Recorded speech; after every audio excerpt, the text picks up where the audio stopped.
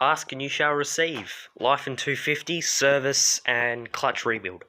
So in this video we're going to take the rack off, we're going to take this plastic out, we're going to then take the case off, and we're going to get the measurements of the clutch plates, because I don't want to have to go and order a whole new clutch basket and stuff like that, because it's over $150. And I'd rather spend $20 on clutch plates than, the extra 100 and so dollars in the basket, because the basket's fine to my knowledge, it's just the plates, which makes sense because this is a 2006 and the last time this ever had anything done to the clutch was when it was made. The clutch hasn't been touched, so it'll be interesting to see how it turns out. So we're going to start by taking the rack off, the plastic off. I've already loosened these two bolts of the rack off. Once I get these removed, we can remove this rack off the plastics. Get out. Two more bolts, this comes off. Then it's a case of getting those two bolts out. This whole thing should lift off. I must admit, I've never come across a bike that is so dirty. You can see I've got the plastic off. Just look at this. Look at this. Before I do anything, I think I'm going to drag it outside, disconnect the plastic off the back entirely, and I'm going to give it a squirt down with the hose. This is just filthy. Absolutely filthy. It's hilarious just how dirty it is under there.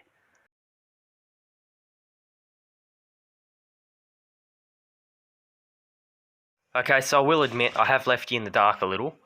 I have done a lot of progress since we were last on. I've disconnected the exhaust on this side, unbolted it from the engine, unbolted it from here, the muffler's down around behind the tyre. Down there. Undid all the bolts, spent 3/4 of an hour trying to get this case off, wondering why it wouldn't, and then only to realise I had a bolt left stuck down in the middle. In there, I didn't see him because it's all covered in grease, so I didn't see it. He was hiding. Now, I don't know if I can do this one-handed. No, I'm going to have to use two hands to get the case off. Now, the case will come off. And then we can get the measurements of the clutch discs, so I can order them and get them here. Swell. Case is off. There it is. And I don't know if you've seen in previous videos all the smoke that used to come from the engine bay. I've figured out what it is. Have a look at these clutch discs. I don't know if the camera... There we go, you can see they're all toast. They're burnt out.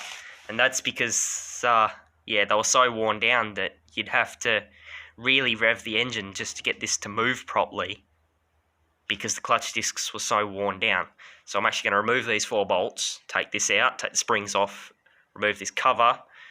We're going to take the discs out and get a better look at them on the bench. So you can see the burnt area on the clutches. Now to get this off, I've got to take this whole basket off,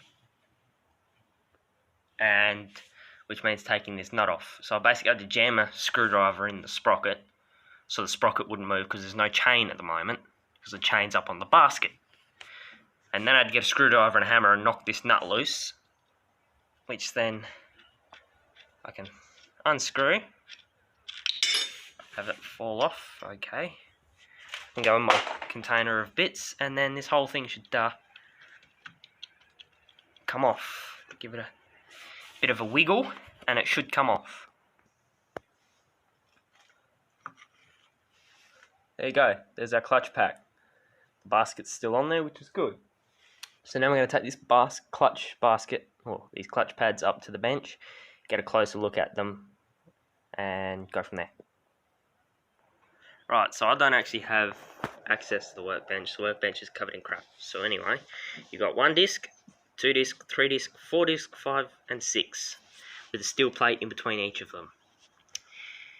Now, I need to take this, just this top one, that's all I need. Get a measurement from there to there, and from the inside as well, and that'll tell me the size of the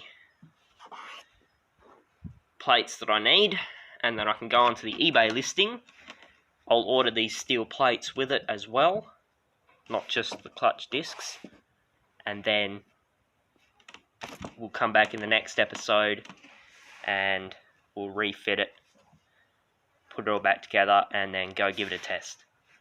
So, let me get the measurements of this, and we'll go order the ones on eBay.